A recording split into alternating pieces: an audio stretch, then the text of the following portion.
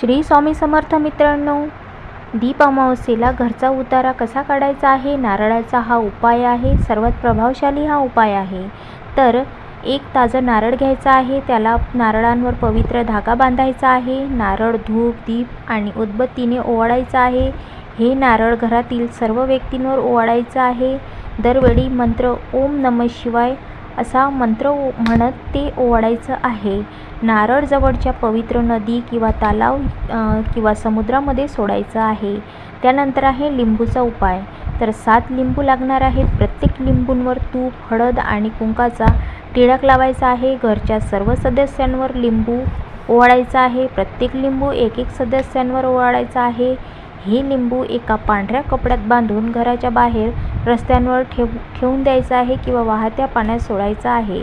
हे उपाय केल्याने नकारात्मक ऊर्जा दूर होते आणि घरात शांती आणि सकारात्मक